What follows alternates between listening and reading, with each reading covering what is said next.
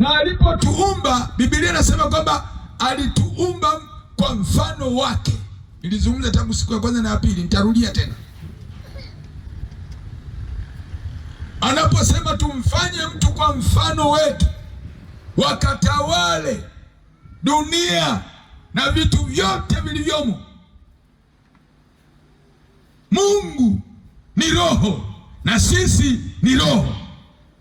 Kwa hiyo ni lugha rahisi, ina maana aliitoa roho yake akaileta duniani, ikaingia kwenye udongo.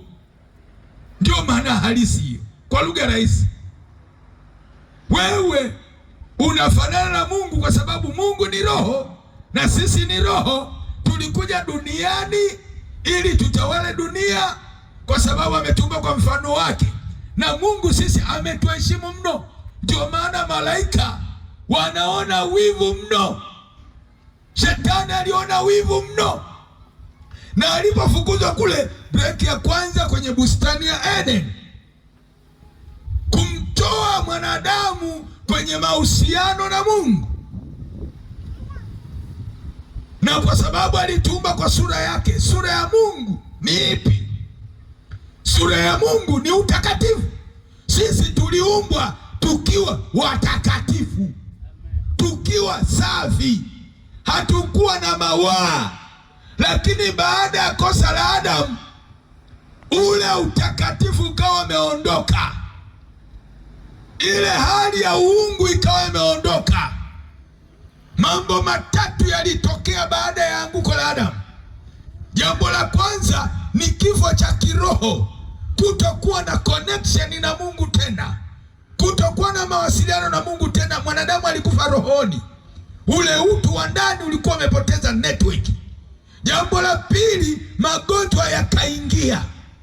Jambo la tatu, mwili kutengwa na roho, na lazima ufe. Wewe na mimi lazima tufe. Na ndio maana ninakuja swali langu, baada ya kufa unaenda wapi? Muulize jirani yako, mwenzangu, ukifa sasa hivi unakwenda wapi? Muulize tu, muulize, una uhakika? Maana lazima uwe na uhakika. Na ndio swali hili sasa. Baada ya anguko, miaka ya wanadamu ikapungua, kutoka kwenye umilele ikaanza kuhesabiwa. Ukisoma Mwanzo 5 mstari wa 5, Adamu alikufa na miaka 930. Sasa miaka ya wanadamu ikaendelea kupungua, na mwanadamu pekee kwenye Biblia ni Metusela aliyeishi miaka 969. Ukisoma Mwanzo ile sura ya 5 mstari wa 27 utaona habari za Metusela. Sasa ilipungua hapo, ilipungua. Hata baba yetu Nuhu aliishi miaka 950. Kwa hiyo ikaendelea kupungua, ikapungua, wanadamu wakaendelea kupungua. Sasa imeendelea. Hata Ibrahimu tunamwita baba wa imani aliishi miaka 175. Sasa mtunga Zaburi, mojawapo kati ya Zaburi waliotunga Musa, anatoa wastani wa kuishi kwetu duniani, yaani kiwango cha mwanadamu. Ingawa ukisoma ile kwenye ile Mwanzo 6 mstari wa 3, Mungu alipoweka kiwango cha mwisho cha mwanadamu kuishi duniani ni miaka 120, haipiti hapo. Sasa hiyo 120 hiyo sasa hivi haifiki. Sasa tunga Zaburi mojawapo huyu Musa anasema hivi, Zaburi 90 mstari wa 10, siku za miaka yetu ni miaka 70, na ikiwa tuna nguvu miaka 80. Sasa Yesu anasema hivi, ndio anayerudisha afya na kukupa maisha ya umilele. Yohana 11:25, Yesu akamwambia, mimi ndimi huo ufufuo na uzima, yeye aniaminie mimi, ajapokufa atakuwa anaishi. Mtunga Zaburi anatoa wastani wa kuishi, anaeleza wewe na mimi inaweza ikatoka sasa. una muda mfupi. Na katika Ayubu 14 mstari wa kwanza inazungumza maisha ya mwanadamu ni mafupi mno, tena yamejaa taabu. Hii dunia haina raha. Hata ujenge uwe na mabilioni, uwe na matrilioni, hii dunia ilishaharibika. Baada ya anguko ilishaharibika, imeshachafuka hii dunia, kwa sababu malaika waasi wanatawala hii dunia. Wengine wako angani, wengine wako hapa, wako chini. Jana nilizungumza, wengine wako duniani. Kwa hiyo hali ya mwanadamu ni mateso, anapigana na viumbe vya kiroho asivyoviona. Hivi viumbe vinaingia ndani ya wanadamu kuharibu mahusiano yake na Mungu. Na ndio unajikuta unatenda dhambi hupendi, lakini unajikuta lile ni roho mashetani yanaingia, yanakuambia wewe sasa kunywa pombe, kunywa kihambule, kunywa kimpumu. Huko Mbeya si ndio hivyo, ndio zinatawala hizo. Na mimi nilikunywaga huko. Alafu duniani hapa wamejaa wachawi. Shetani ameweka wachawi kutesa watu, ameweka waganga kutesa watu. Vitu kama vitatu vinavyofupisha maisha. Cha kwanza, dhambi. Mtu anapoendelea kutenda dhambi anafupisha maisha yake. Yaani ukiendelea kutenda dhambi, usipotaka kutubu, huna maisha marefu. Alafu ukishakufa kwenye dhambi, moja kwa moja kuzimu, ukisubiri kwenda jehanamu. Kwa hiyo usiringie dhambi ukajiambia mimi ni shababi, mimi ndio mwenyewe kiwembe. Haitakusaidia. Dhambi imefupisha maisha ya wengi. Jambo lingine, shetani kupitia magonjwa amefupisha maisha ya watu. Ndio maana sasa hivi anamwaga magonjwa yasiyotibika. Magonjwa ya kansa, magonjwa ya figo hayana tiba, magonjwa ya kila namna, sijui ya magonjwa ya maini, figo, sijui na vitu vingine. Sasa hivi hakuna majibu duniani.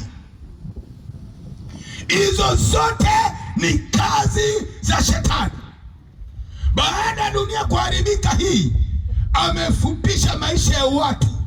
Anatupa magonjwa, anatupa magonjwa ya kansa, anatupa magonjwa ya ukimwi, anatupa magonjwa ya kila namna. Na sasa hivi watu wanapumulia mashine.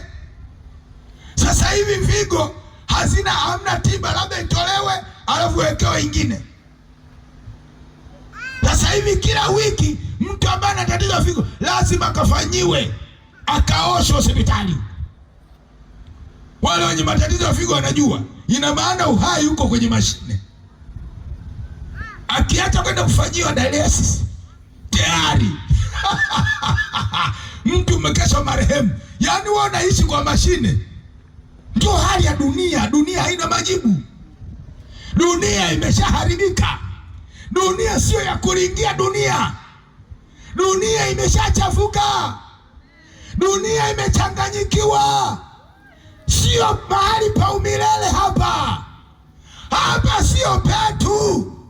Baada ya anguko, Mungu akasema iwezekani nitateremka, nibebe mwili, nikawatoe watu kwenye mateso, nikawatoe kwenye tabu, niwarudishe huku walikotoka mbinguni. Sisi kwetu ni mbinguni. Hapa tu wapitaji. Hapa sio pa kuringia hapa. Nisikie Mtanzania, dunia sio ya kwetu hii. Tunapita hii dunia. Koria basaitana baketererebo. Yandara baseke, inawezekana unielewi. Nisikilize, sisemi kwamba usifanye biashara, sisemi kwamba usifanye kazi, lakini tunavyoishi hapa, tunaishi kwa balance, kwa uwiano. Ukipata pesa unawekeza kwa Mungu, huku unajenga, unafanya miradi, lakini sio pa kujisahau. Hapa sio pako, hapa unapita.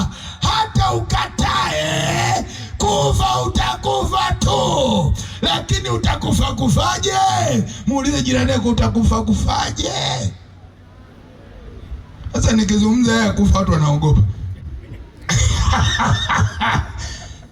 Mimi nakupa tahadhari. Mimi nimeona mauti bwana.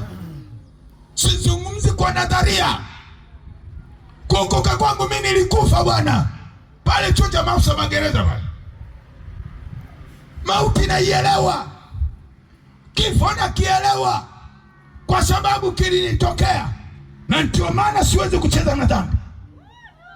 Maandiko yanasema katika Waebrania 9:27, mwanadamu tumewekewa kufa mara moja, na baada ya kufa ni hukumu. Yaani ukifa katika dhambi, ukifa katika uzinzi, ukifa katika uchawi, ukifa katika hali mbaya, moja kwa moja kwenye hukumu. Wewe unangojea moto wa milele, unaenda kuzimu. Sasa kwa nini ufe kwenye dhambi? Ndio maana leta ujumbe huu wa kinabii kukuonya kwamba jitakase.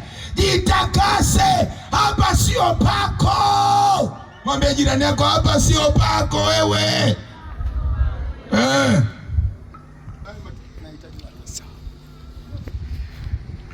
Kufa sio mwisho wa mwanadamu. Kufa sio mwisho wako. Kuna maisha ya milele. Yesu alisema wakati ule Lazaro amekufa, wakawa wamekata tamaa, wakasema basi tena. Yesu walikuwa hajamjua kwamba ni Bwana wa ufufuo. Nilikueleza yule binti jana aliyekufa, amekufa miaka 20 imepotea, lakini Yesu alimfufua. Kufa sio mwisho, kuna maisha ya umilele. Ukifa sio kwamba ndio yameisha, unaendelea kuishi milele. Mwili ule wa ndani wa kiroho utaishi sehemu mbili kati ya hii, moja kati ya hizi mbili, sehemu ya raha, sehemu ya mateso. Inategemea ulivyoishi duniani. Uliokoka, uliishi maisha matakatifu. Kuokoka ni hatua ya kwanza. Ya pili ni kuishi maisha matakatifu. Umeokoka sawa, utaokoka sawa. Sasa ishi maisha matakatifu. Sasa hivi kuna michanganyo mingi, watu wanajidanganya. Acha kujidanganya. Ishi maisha matakatifu. Na uwezi kuishi maisha matakatifu bila Roho Mtakatifu. Ndio maana Yesu aliwaambia wanafunzi wake, nyinyi mmesoma theolojia, nimewafundisha miaka 3 namna ya kutumika, namna ya kunijua mimi, lakini kaeni hapa kwanza. Hamtaweza kushinda dunia, hamtaweza kushinda vishawishi, hamtaweza kumshinda shetani. Ni mpaka uweza utoke juu. Luka 24:49 akamwambia, lakini kaeni humu mjini hata mvikwe uwezo utokao juu. Kwa nini? Angewambia nendeni tu. Yesu anajua shetani ni roho, huwezi kumshinda kwa akili. Ndio maana leo amewaweza watu. Kuna watu wana PhD ya theolojia, kuna watu wana masters za theolojia, lakini anawapeleka kwenye uzinzi, anawapeleka kwenye uchawi, wanafanya vitu vya ajabu. Theolojia ni elimu ya Mungu, unaweza ukaipata, lakini lazima ikubali kujazwa na Roho Mtakatifu. Full stop. Kana masakareba. Una ufahamu wa Biblia, unauelewa Biblia sawa, unaimeza Biblia yote, hata kwa kichwa unaweza kusema kuanzia mwanzo mpaka Ufunuo, lakini una mapungufu. Mapungufu yake lazima Roho ya Mungu uiruhusu Yesu akuletee jioni ya leo. Na uwezi kuipokea hiyo bila kumkubali Yesu. Nieleze mimi kidogo, ilitokeaje mpaka nikaokoka? Nakumbuka miaka hiyo 37 iliyopita, niko chuo cha maafisa magereza Kiwira. Baada ya kuteswa na wachawi zaidi ya miaka 5, nikaamua kuingia kunywa pombe. Usione watu wanakunywa pombe wana matatizo. Sio kama niseme kwa ufupi tu kidogo.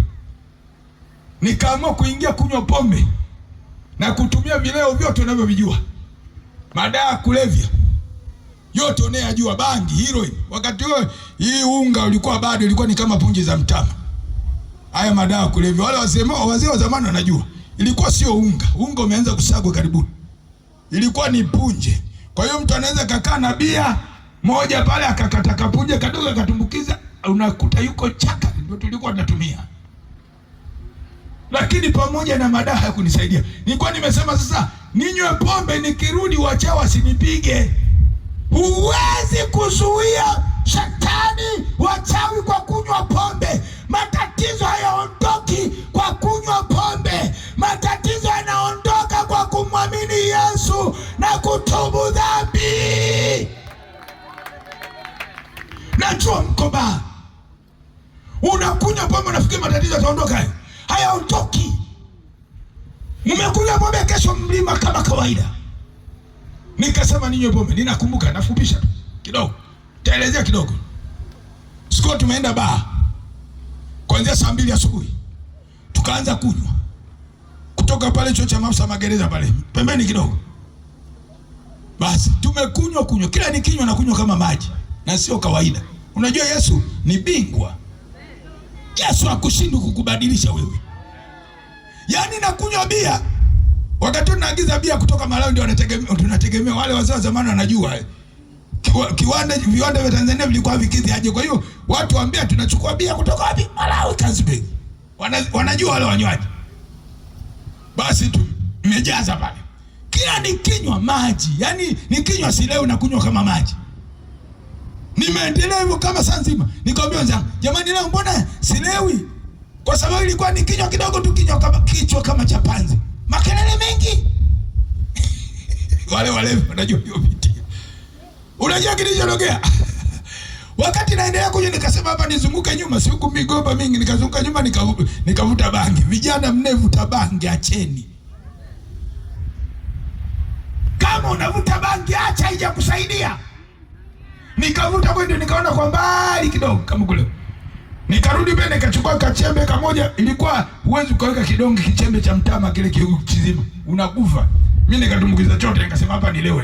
Ndio kwa mbali nikaona kama kule wale. Kumbe Yesu anasema leo nataka nikuonyeshe. Yesu ashindi kubadilisha mtu. Wewe sio mali ya shetani. Wewe sio mali ya shetani. Wewe ni mali ya Mungu. Uliumbwa kwa mfano wake. Mungu ni roho. Wewe ni roho. Umeumbwa kwa sura yake. Wewe ni mtakatifu. Sio mtu wa kutenda dhambi. Sio mlevi wewe. Sio mzinzi wewe. Wewe ni mtoto wa Mungu. Kinachotakiwa kutubu dhambi leo. Kanabu. Tubu dhambi leo. Wewe sio mali ya kutumikishwa na shetani. Usitumikishwe kwenye uzinzi. Uzinzi sio kazi yako. Ulevi sio kazi yako. Ni Yesu anataka umwabudu yeye. Wewe ni mali ya Mungu, sio mali ya shetani. Wewe ni mali ya Mungu, sio mali ya wachawi, sio mali ya waganga. Wewe sio mchawi. Shetani amepanda hilo liroho. Ukikubali leo atakusamehe. Pigia Yesu makofi na vigelegele. Ndio. Baada ya pale mpaka saa 10 tumeanza bia. Ndio nikawa naona kule leo kama nikarudi nyumbani pale chuo cha maafisa magereza nikawakabisha wenzangu. Fungulia muziki mkubwa, si unajua vijana. Cheza wanacheza mule. Cheza mimi nikachukua ndoo ya maji, mabafu yalikuwa pembeni ya mabacha. Kaenda kule, kaanza kuoga. Sasa nimeanza kuoga, huku naimba nyimbo. Naoga. Nilisikia kitu kinanigonga. Ni nyundo kama Biblia inavyosema kwenye Yeremia. Neno langu ni kama nyundo, ni kama moto. Ile ilikuwa sio nyundo, ni sauti lakini iligonga kama nyundo. Sauti ya Mungu mwenyewe iliniita, George Musa. Mungu anakujua jina lako. Anajua ulivyo. Hata uende wapi anakujua. Akaniita, George Musa. Nikatikisa kichwa. Si kiburi. Kwa nini unatenda dhambi? Sio kwamba husikii hukumu ndani yako, lakini shetani anapanda kiburi kwamba usiokoke. Nisikilize leo. Kwa nini unatenda dhambi? Nikatikisa kichwa. Mimi ni Mungu wa Ibrahimu, Mungu wa Isaka, Mungu wa Yakobo. Kwa nini unatenda dhambi? Hujui kwamba dunia hii utaiacha siku moja Joji? nikaogopa, sasa Mungu yuko hapa hapa, yuko ndani yako, anasema na wewe.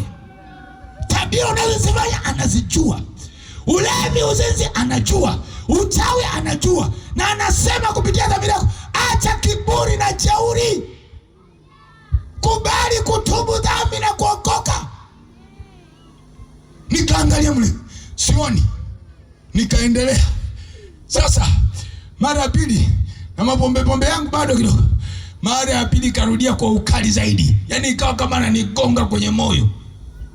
Mimi Mungu wa Ibrahimu, Mungu wa Isaka, Mungu wa Yakobo, niliumba mbingu na nchi, hujui kwamba nina uwezo wa kutoa roho niliyoweka?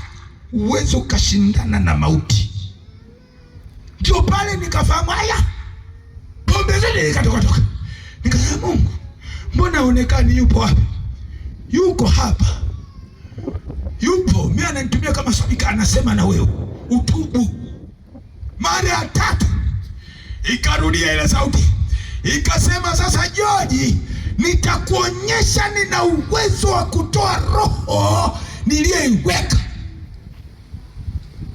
Huwezi kukwepa mauti, huwezi kukwepa kifo. Fanya ufanyavyo, kifo hakikwepeki. Utakufa tu, hata uwe jeuri, hata ukatae wokovu. Iko siku haya maneno yatakujia. Atasema, angalia yule kijana kutoka Mtwara alikuonya, hukukataa, ukakataa. Heri leo tubu. Huwezi kukwepa kifo. Kifo hakikibiliki. Ndio maana Sulemani kwenye kitabu cha Mhubiri anakiona kifo cha mtu mwenye dhambi. Sulemani ukisoma vizuri sura 12 inazungumza, Sulemani anaona maono, anaiona siku ya mtu ya kufa. Anasema ni siku ya kutisha, ni siku mtu anaiendea nyumba yake ya milele, maana roho inamrudia Muumba. Roho aliyeiumba ni Yesu. Yeye ndio ameshika uhai wa wanadamu. Kama unamkataa Yesu, utamuona siku yake wakati roho yako inatoka. Heri leo utubu dhambi, utengeneze kabla hujafa. Maana yeye anasema ujapokufa utakuwa unaishi. Yaani hata kama unakufa, mwili wa ndani unaishi. Sikiliza Mtanzania, hata kama utakufa, utaendelea kuishi hivyo hivyo, hivyo hivyo. Sizungumzi nadharia. Na ndio maana ninaishi kwa tahadhari, kwa sababu Yesu aliniambia, George, una muda mfupi wa kuishi duniani. Fanya kazi ya mhubiri wa Injili. Kipindi nikiwa askofu, unajua mambo ya kiutawala, niliahirisha mikutano 6. Sasa jambo lile lilimuudhi sana Mungu, kwa sababu na mambo ya kiutawala, ukiwa kiongozi unaangalia wachungaji kwenye jimbo zima, Mtwara yote, wachungaji wote wewe wako chini yako na waongoza. Ni kazi kubwa, vikao, mambo mengi ya kiutawala na vitu vingine. Kwa hiyo nikiletewa mwaliko kama hivi nasema hapana. Nilipoahirisha, kumbe lile jambo lilimuudhi Mungu, nikapigwa ugonjwa. Mungu haangaliaga, napigaga. Magonjwa mengine sio shetani. Wewe muulize Mungu wapi, mwambie jirani yako wapi, jiuhoji. Wewe unasema toka, shetani hatoki, tengeneza.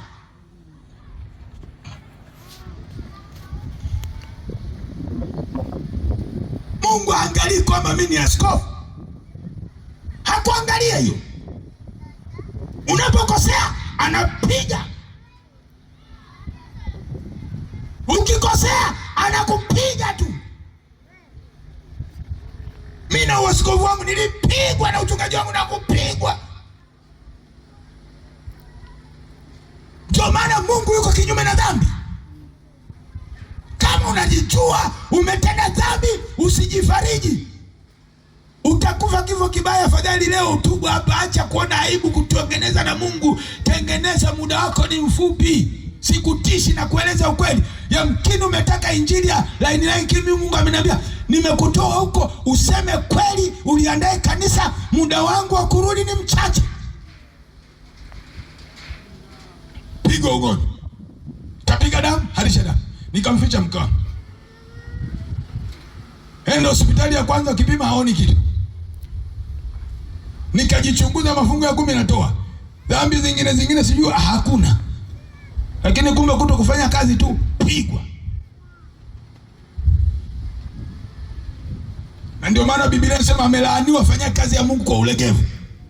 Laana zingine ni kwa sababu watu wanakubali kuokoka, hawataki kutumika na Mungu. Laana zinaingia. Utalamba mchanga, utaombewa, si utatolewa mikosi, haitoki mpaka utubu. Toba ndio dawa. Kutubu ndio dawa. Kutubu ni tendo la kutambua makosa na kugairi, kusema basi nimeacha dhambi, natekeleza nalolituma Mungu. Sasa hivi watu ni majeuri. Ukiwaambia twende hivi hawataki, kwa hiyo Mungu anapiga tu. Nikaenda hospitali nyingine ya kimishonari kule, ya wazungu wa Jerumani, kupima haoni kitu. Lakini mimi natabika damu siku 5. Siku ya 5 niko ndani chooni kwa mke wangu, ananikuta nasikia kuja, anaangalia kwenye sinki la choo, damu tupu. Na mimi nasikia mauti. Nikiomba antena hakuna. Unajua ukikosea hakuna connection. Hakuna. Ndio maana usijifariji. Kama umetenda dhambi, tubu. Anza upya na Yesu, okoka kweli kweli. Nikamwambia mke wangu niweke mikono. Ndio alipoweka mkono, ponye mtu hapo, ndio nasikia sauti ya Yesu. George Musa, mbona umeacha kazi yangu? Sasa nikaona jibizana ile sauti, wapi Bwana? Naambia mikutano 6 umeahirisha. Ni roho ngapi zingekuja kwangu? Nikamwambia baba, siko sawa majukumu. Akaniambia si nilikwambia andaa watu afu waachie. Sasa na huku TAG wasikovu wewe. Waswahili wanasema unanoga. Heshima, magari, marupurupu. Unapokelewa, wewe ukija kwenye jimbo lako unapokelewa kama rais. Nani asiyependa heshima? Kwenye vikao heshima, vikao vya huko juu heshima. Nani asiyependa heshima?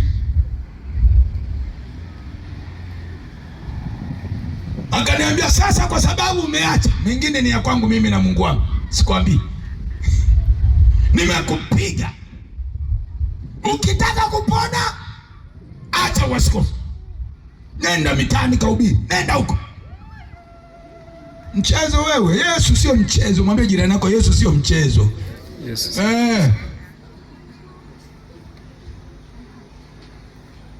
Nikasema sasa, ikabidi sasa niongee na askofu mkuu. Ambia sasa, askofu mkuu ana hekima. Anasema George, mbona Lazaro na Klolo walikuwa maziko? Nikamwambia mzee, wito wa Lazaro na Klolo ni tofauti, mimi tofauti, nikiendelea nitakufa. Sasa maisha hapa duniani hata kama yana tabu, lakini yananoga hapa. Hata na tabu, maana sijatimiza lengo. Mimi sijatimiza lengo nililoambiwa, maana nilipewa maagizo. Baadaye kaja kamati ya utendaji kinarudi sasa. Wakati huo tukakaana, nikamwambia jamani, sitaweza. Sasa umeandaa watu gani? Askofu mkuu akaniambia, niambia nimeshaandaa watu. Na ni kweli nikawaacha jibu. Sasa 2016 hii siku ile tayari wamenikubalia, ndio napokea barua kutoka Mozambiki kwa askofu mmoja wa makanisa ya Kipendo. Nimekaa, ameandaa majimbo mangapi? 5, mikoa 5, na ubini nimekaa mwezi mzima. Nikitoka hapo, kijana wangu wa South Africa Johannesburg ananipigia simu. Ananiambia, baba, nimeandaa huko nyumba kila kitu, uje ufungue kanisa. Nikakaa kule mwezi mzima.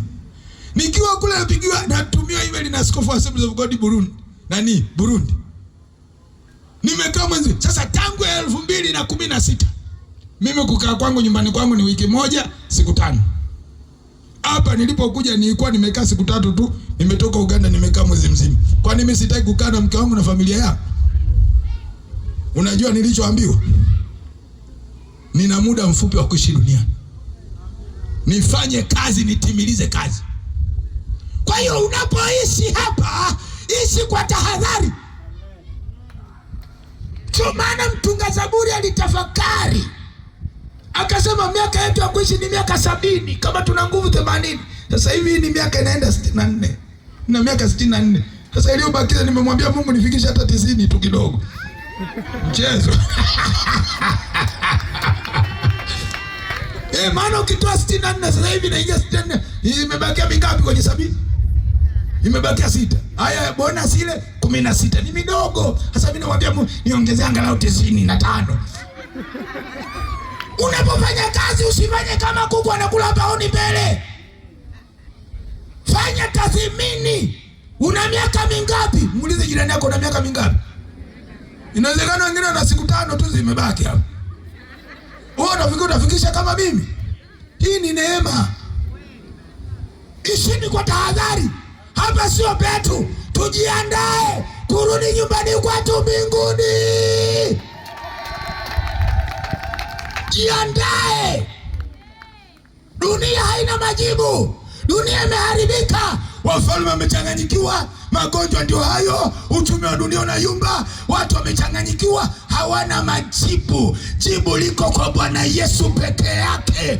Yesu peke yake ndio ataleta ufalme wa amani. Ufalme wa dunia haumeshindwa kuleta majibu. Lakini tukitakuliwa, tukikaa pale angani hiyo miaka 7, nitazungumza kesho. Nisikilize.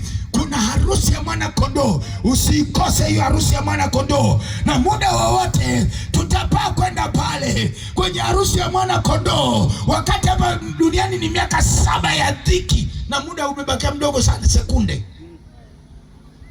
Sasa hizi maisha matakatifu. Kama hujaokoka, okoka leo. Kama hujatubu dhambi, utubu leo. Kama ulikuwa unachanganya leo. Yaani usichanganye tena. Amua kutubu dhambi leo. Naomba simama juu. Kesho kwa sababu ni siku ya ibada. Na kesho nitakuwa na maombi ya Roho Mtakatifu. Sogea wote mahali hapa. Mbinguni kuna makao mazuri sana. Mbinguni. Sogea mbele wote. Kule mbinguni makao mazuri. Huu wimbo sio wa msiba jamani. Wale waliokoka miaka 80 na kitu wanakumbuka New Life Band ndio waliimba hawa. Wa Arusha kule. Mbinguni. Makofi. Sogea wote. Mbinguni. Jo. Kule mbinguni. Kao mazuri. Kule mbinguni. Wa mbinguni. Sogea. Chukua pasta, utakuwa na sogea mdiko hii. Kule mbinguni. Anaonekana vizuri hapo, wakati mwingine isogeza. Tutamuona. Hora basiki. Bwana Yesu. Kule mbinguni. Sogea na kusubiri wewe. Kule mbinguni. Mbinguni. Makofi. Kule mbinguni. Makofi. Kule mbinguni.